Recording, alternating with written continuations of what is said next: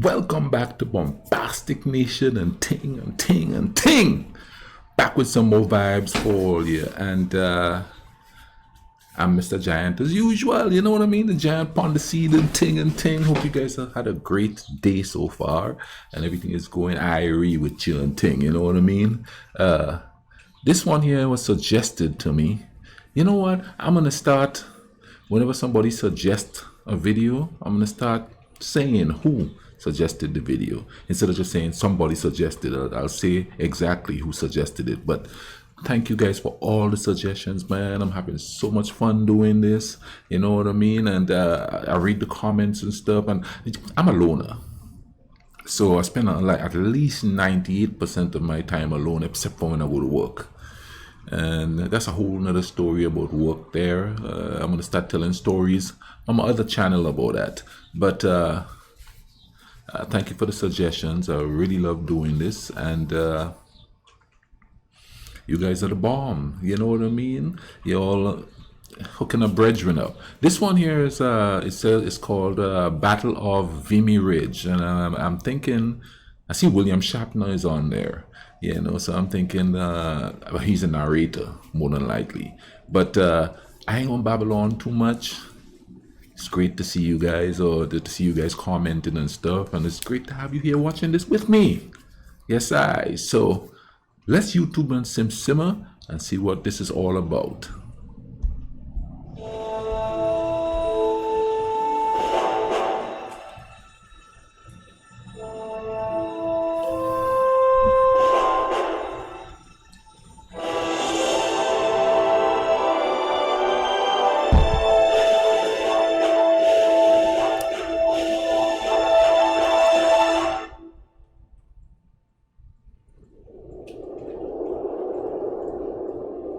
Wow, look at all that snow. We will fight in any weather, wouldn't we? Maybe we should love in any weather too. We do, but it's never highlighted. In April, there was still snow on Vimy Ridge. The Germans controlled the ridge, and thousands of French and British lives had been lost trying to capture it. Now, it was the Canadians' turn. At 5 a.m. on Easter Monday, April 9th, 30,000 troops huddled below the ridge, many of them in subterranean caverns that had been dug, waiting for the signal.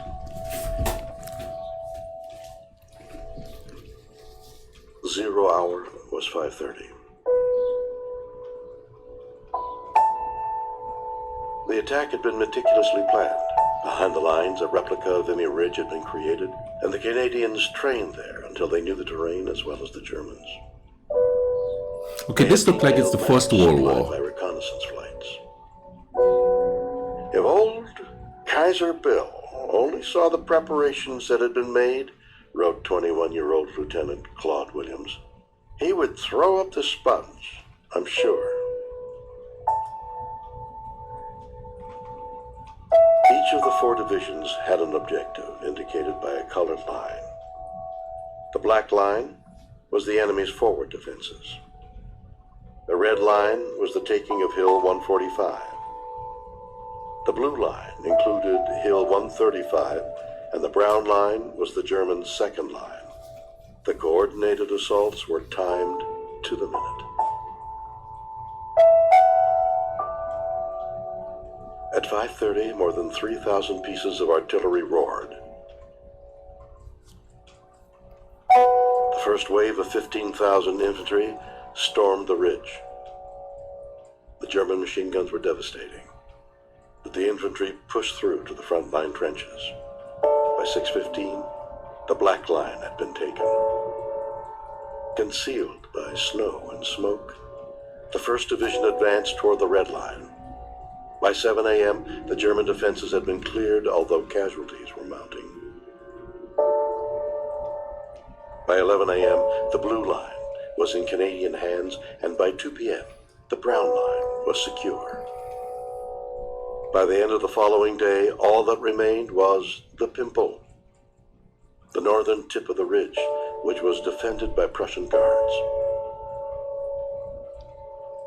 At 5 a.m. on April 12th, the Canadians hit the Pimple with heavy artillery.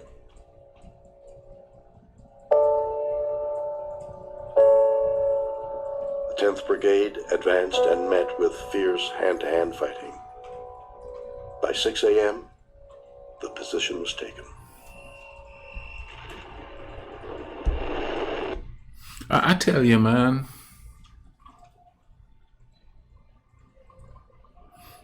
anything military unnerved me. It never used to before.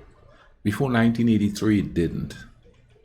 You know what I mean? Because it's still sort of, you know, because you hadn't experienced any firefighting, or firefights, I should say, or being in the vicinity of it. Everything seems like a game. But now, even if I'm walking the street and a military vehicle drive by me, it unnerves me.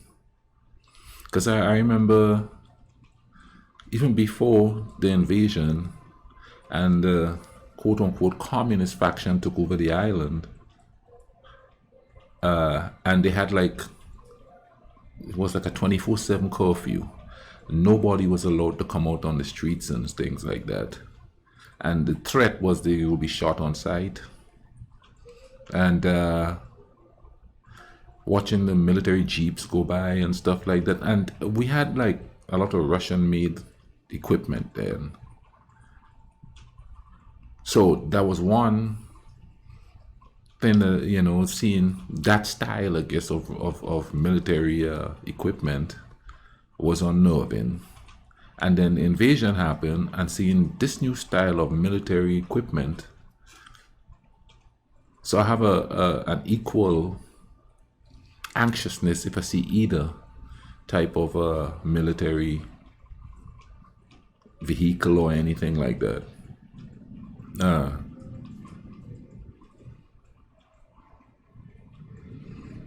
Being around guns unnerve me.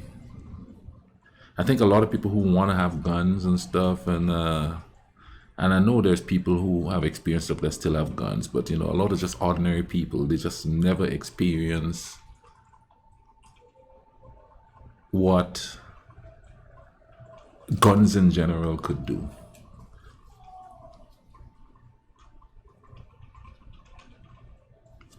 Let's keep going.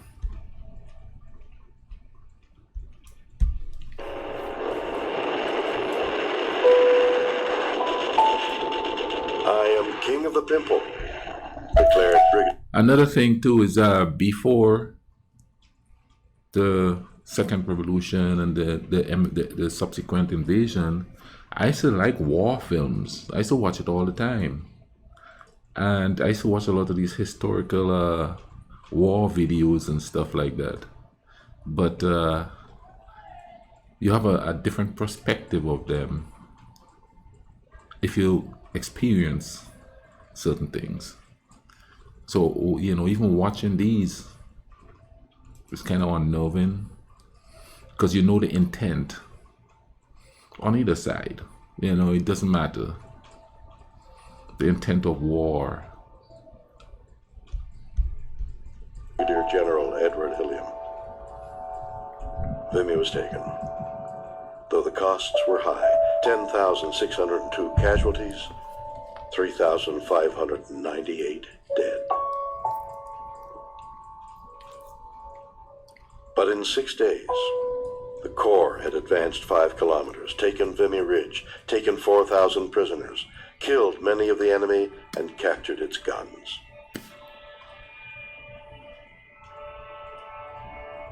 The grandest day the Corps has ever had, said Major General Arthur Curry.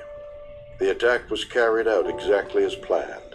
The sight was awful and wonderful. Vimy Ridge defined the Canadian Corps. It was filled with men who had been born in Britain, but they now considered themselves Canadian. They had proven themselves as an elite corps. They had accomplished what the French and British couldn't.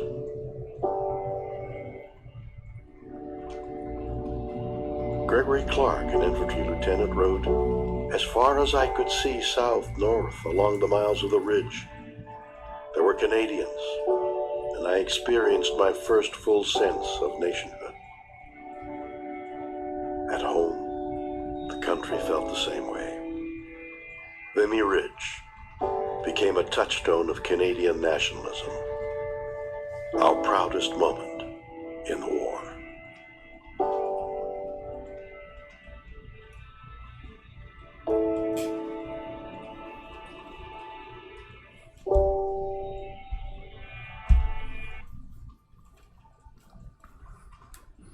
Those are some brave men, I could tell you that.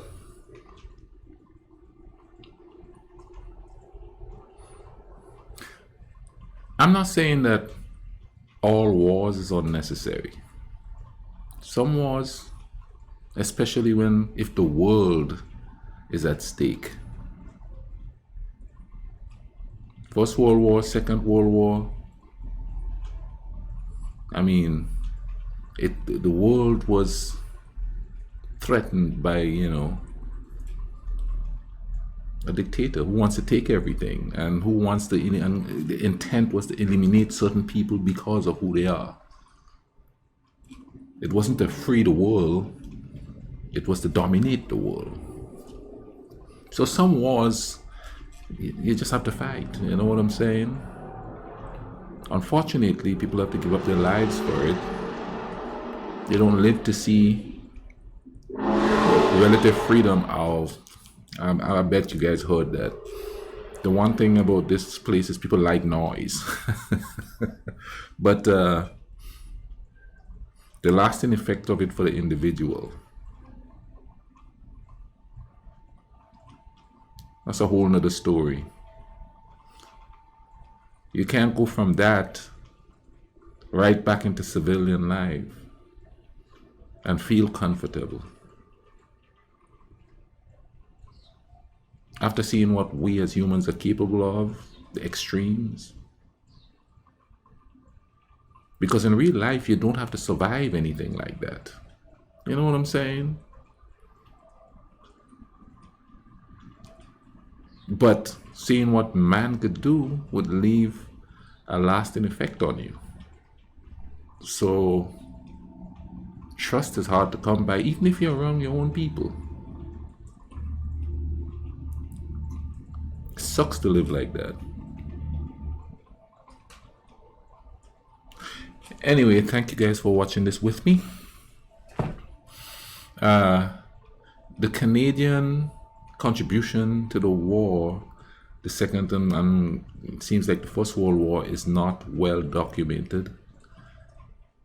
For the rest of us, we don't. I never learned anything about the Canadians in the First and Second World War. Never did. What I know of Canada is the peaceful type people that are there now, and I guess they do have their issues. Everybody's got their issues, but a lot of brave Canadians seem to have perished during those times. We got to honor them. Got to honor anybody who give their life up like that. But thank you guys for watching this with me.